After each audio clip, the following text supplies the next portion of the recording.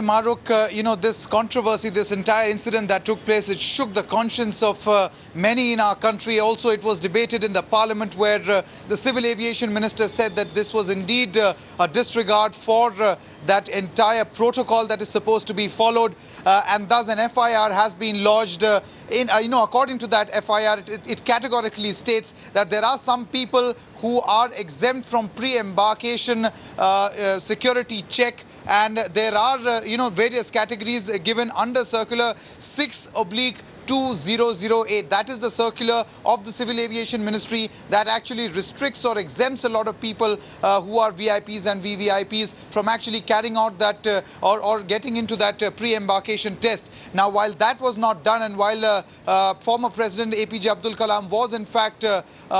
frisked at that entire at that airport just before entering the plane at the Aero Bridge, that is why this FIR has been lodged. The Ministry of Civil Aviation has got this FIR lodged with the help of the Bureau of Civil Aviation Security, BCAS, which has actually lodged this FIR against Continental Airlines. Now, the Ministry of Civil Aviation, Maruk, also says that, very interestingly though, there was a notice that was sent out to the staff and to the management of Continental Airlines on 9th of July 2009, asking them why action should not be taken and why an FIR should not be registered against them for the violation of Aircraft Act, Section 11A of the Aircraft Act of 1934. And since there was no response to this particular notice, that is after which today an FIR has been launched. We also know, Maruk, that earlier in the day, Continental Airlines in fact came out with a clarification saying that US laws have actually asked them to carry out this pre-embarkation frisking, which is mandatory